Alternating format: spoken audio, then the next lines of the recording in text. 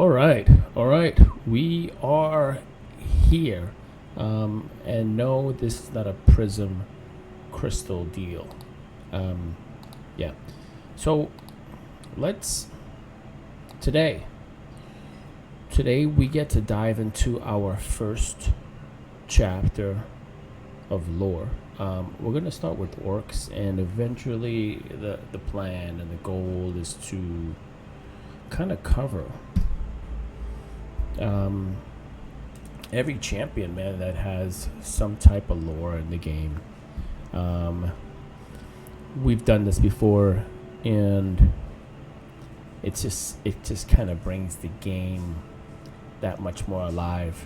I know there's some people who don't really care too much about it and just look at it and then move on, and then there's others that are just like intrigued by the backstory. And so and hopefully, like anything, hopefully we could actually uncover a lot of the backstory and put it together, and find out if there's any missing puzzles to whatever questions are left unanswered. Hopefully we could put it together and find out our thoughts and our views about the game and the lore, or maybe even possibly what should happen, right? So in today's episode, we are going to start from the beginning. And this champion is one of the starting champions, and there's something special about this champion and about the orcs, coming from World of Warcraft background, and still heavily, I do play it a lot, but orcs, man, is just one of those races, one of those factions that it just brings out the best of any type of like RPG, when you think about it. So yeah, we're gonna start with GALEK and his story, and let's dive right into it. So as you know, GALEK is one of the champions, one of the rare starting champions that you could possibly choose in the beginning of the game. And I guess for the beginning part of the game, when the game first launched, I believe I ended up selecting him and Ethel, I believe.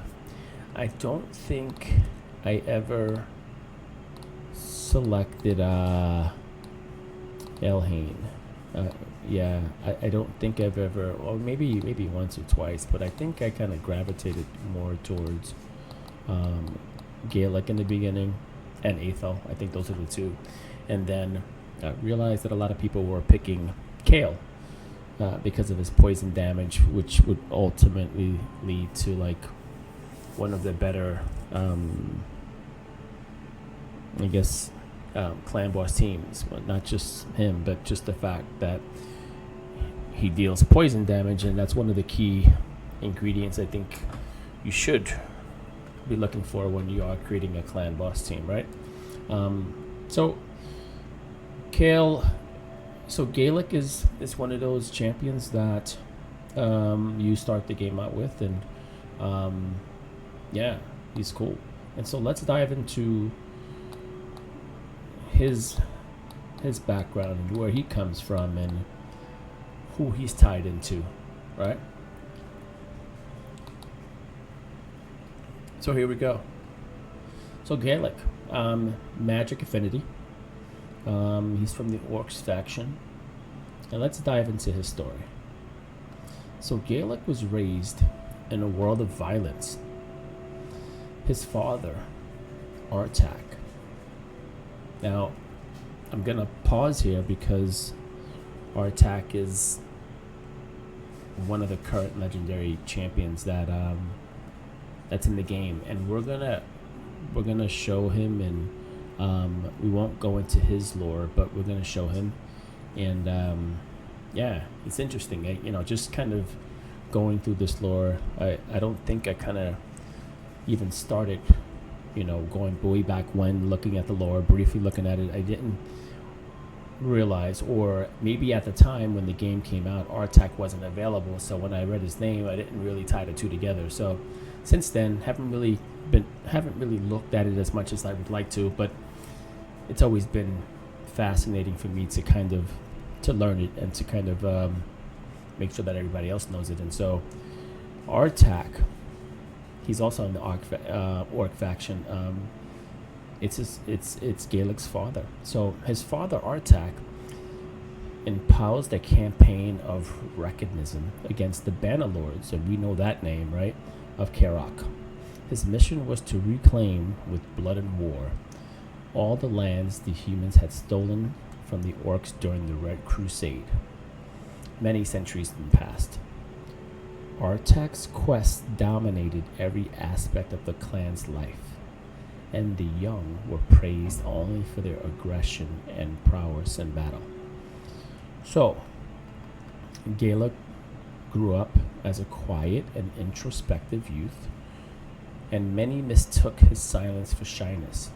He rarely partook in revelry and raucous celebrations, instead favoring books at home or listening to the tales of the clan's Cantadella, a songkeeper tasked with remembering the histories of the orcs and Galen Pact.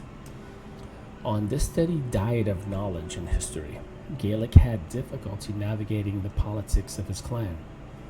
His mother Arax only made it harder. His mother Arax only made it harder.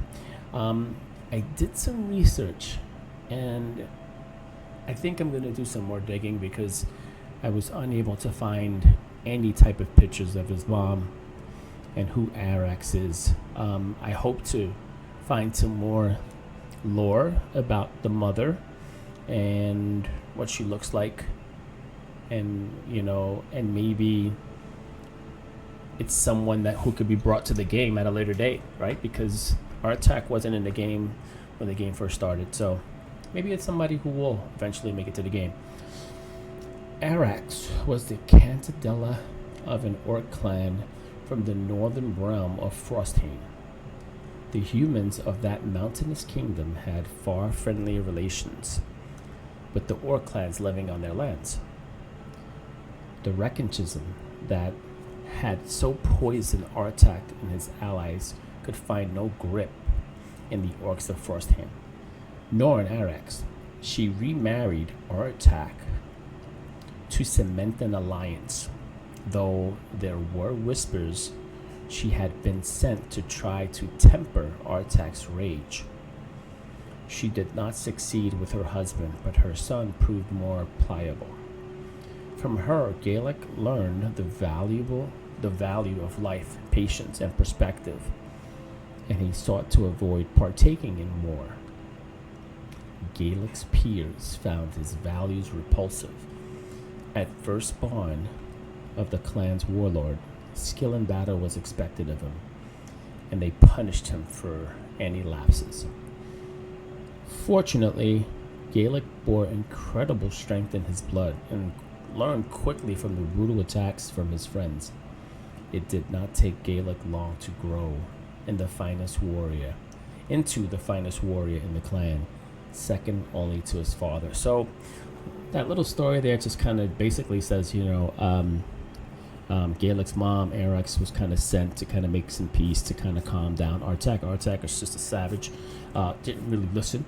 And, Galek turns out to be this warrior who listens and not like his dad, unlike his dad, has, can control his temper And so as we move on, then Galek's mother passed on, which is another part of this lore that I'd like to really find out what exactly happened and, the details of that. I'm going to do some more searching on that.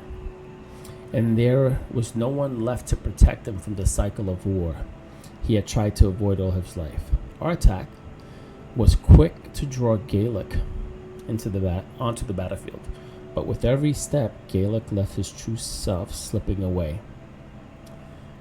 Fortunately for him, there were higher powers at play, and dreams of a golden woman with hair as red as his own changed his life forever. So, that is the first part of GALEK, and we're gonna dive into the second part, because as you guys know, there's 3 different forms of GALEK, right?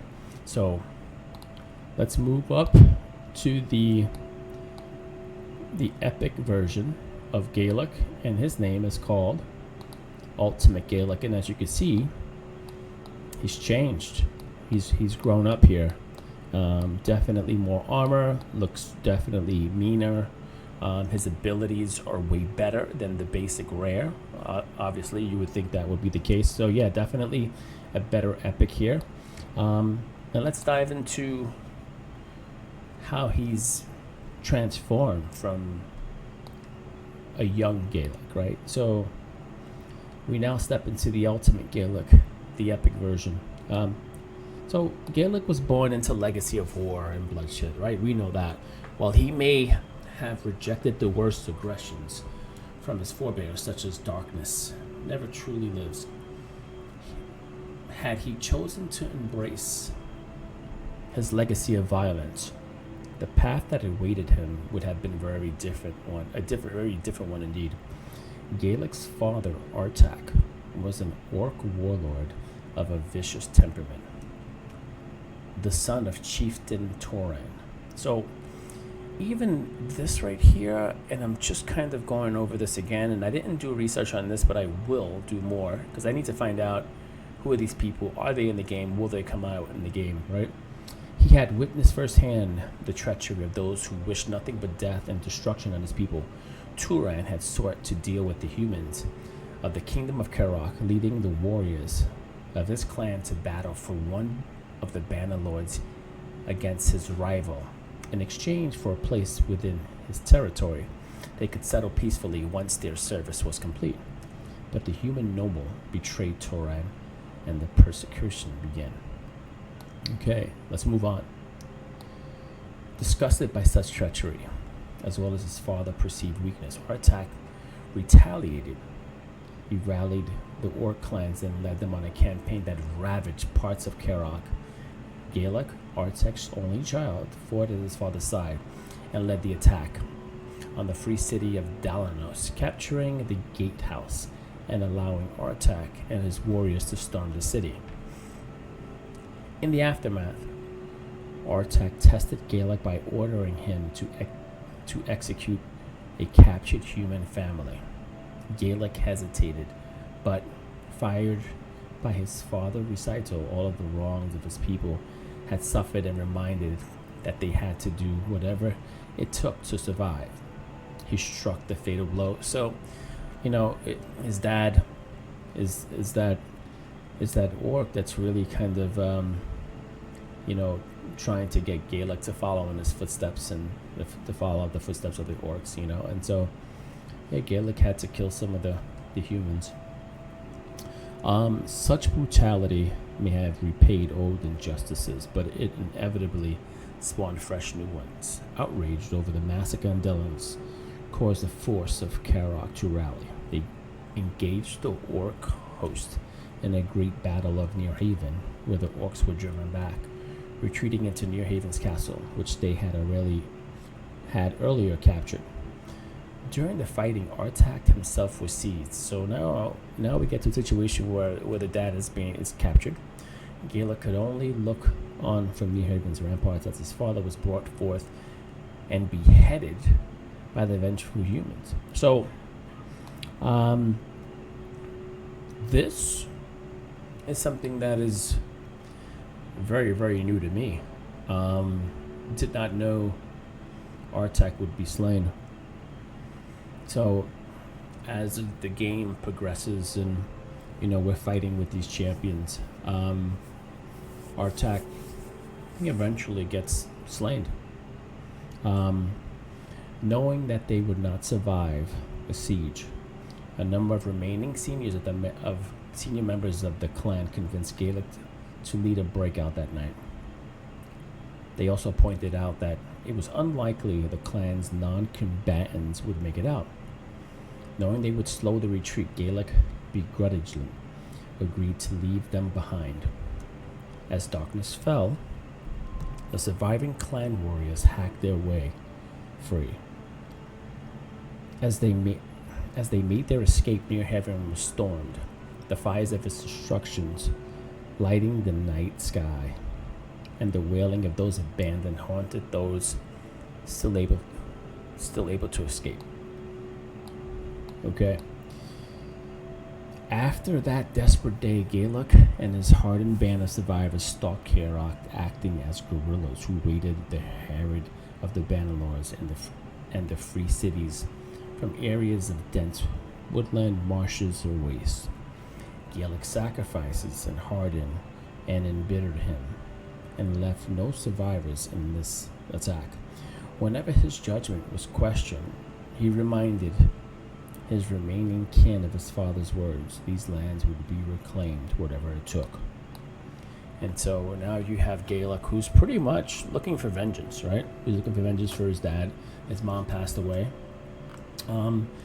GALEK hoped that his ongoing resistance would draw more orcs to his banner, and slowly he would be able to rebuild his strength until he was in a position to strike properly at Karak once more.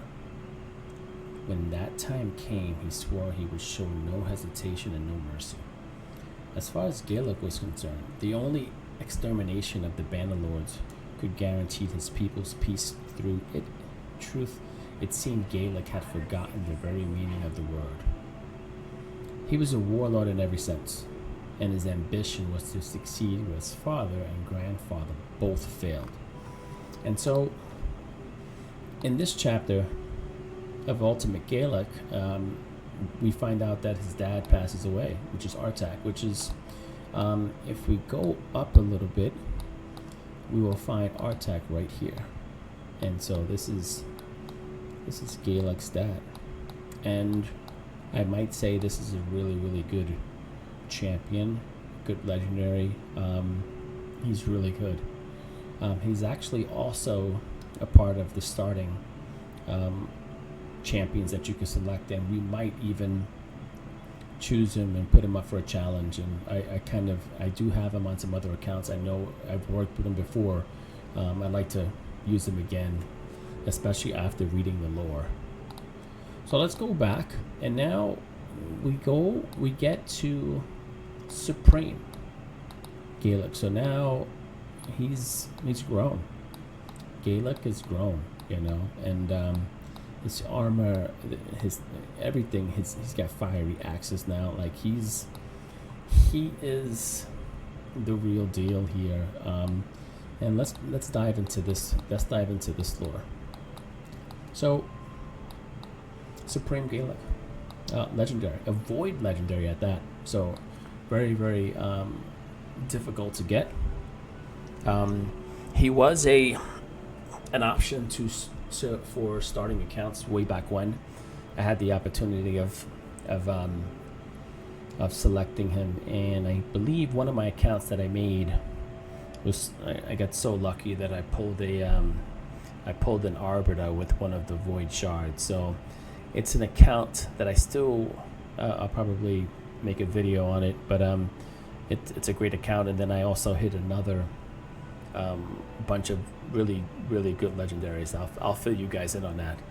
So ever since the disaster of the Galen War, so now this is another part that we get to of this word Galen War, and there's a legendary now that kind of has that same name, or which is this guy right here, GALEK, son of the pack. So I wonder if there's any similarities. When we get to this chapter and lore of him, maybe we can kind of relate it back.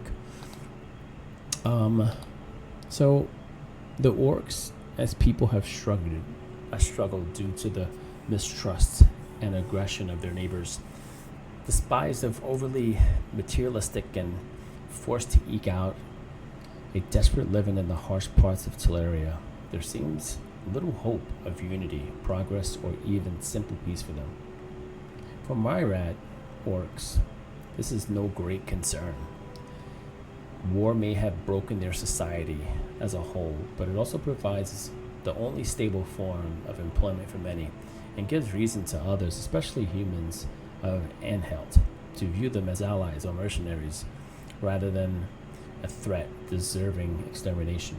Most do not pause to consider how the cycle of violence where an orc takes up arm out of necessity, but is then dragged by reputation into further aggression, has trapped their kind into these warlike ways, leaving them with no choice other than to fight, whether for themselves, for those able to pay, but rarely ever for each other. Most are too busy trying to survive day to day, considering bigger questions, greater challenges, and how they may be overcome.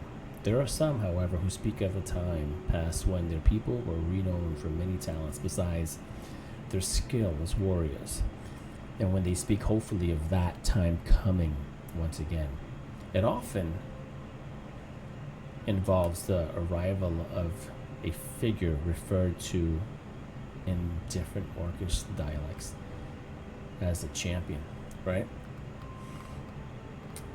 Exactly where the champion will rise is not known. The priests and shamans of the clans of Peltis usually describe him as the son of a chieftain from the Sorrow Lakes, despite being born into a particularly warlike tribe that seeks redress for losses during the Red Crusade and GALEK War. The champion himself is only a reluctant warrior. The orcs of Anarch, however, claim that the upcoming champion will be a mercenary hero who first took up arms to defend from the aggression of those who saw him only as a brute warrior. Betrayed by his employees and abandoned among his slaughtered kin, he launches a relentless hunt for the one who wronged him, which culminates him taking his revenge and afterwards swearing that other orcs will never again have to suffer the ignominy of serving treacherous bannerlords for nothing but the promise of poor coins. Some may have come forth to claim these stories apply to them, though only one bears a true likeness to many of the tales. His name is GALEK, scion of an aggression tribe, who nonetheless prizes introspection and patience. An orc who truly turns to the ways of a warrior when he has no other choice. Regardless of his extract's origins, the orcs agree that once a champion realizes his purpose, he will strive to bring unity to his people, no matter how widely they have been scattered. In doing so, he will have to overcome first the reluctance and mistrust of his fellow orcs, then the wrath of the great powers of Terraria. When they realize the potential threat posed by unity among orckind, there will be a great battle, perhaps even a great war. But at the end of it all, the champion will stand up triumph, and his people will be free to live in peace, unshackled from a lifetime of warfare. Besides these characteristics, the only aspect that unites fireside stories about the champion involves his weapons. Two-handed axes split in sunder, said to have been reforged from a single mighty twin axe that once belonged to the legendary orc warrior who resisted the Sacred Order and his Red Crusade. The axe was broken in half as the warrior died in battle, while buying his clan the time that they needed to make their escape. The two halves were recovered and reforged into distinct weapons, but how the champion comes by them is the subject of an innumerable tales in itself. Suffice to say, the wickedly sharp heads will once again be wielded in the defense of their people, so the stories tell. So here's another part of his lore that we have to find out. We have to and I will make some notations on this to see if we could kind of put some things together, because here, interesting how the axe was from a warrior who died, broken into two, and but how the champion comes by them is what makes it important, right? So how did GALEK find these two pieces of weapons or axes, and so that's definitely something that I want to find out.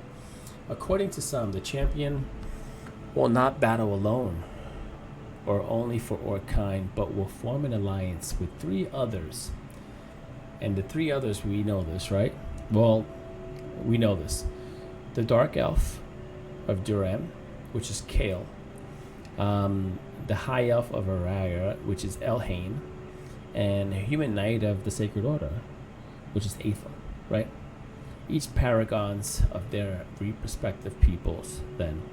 And only then, a final confrontation will begin between the forces of light and darkness, the one that will decide Teleria's fate. And playing their part in it, the orcs will do what some believe they were always destined to do, and win freedom not just for their people, but for the world.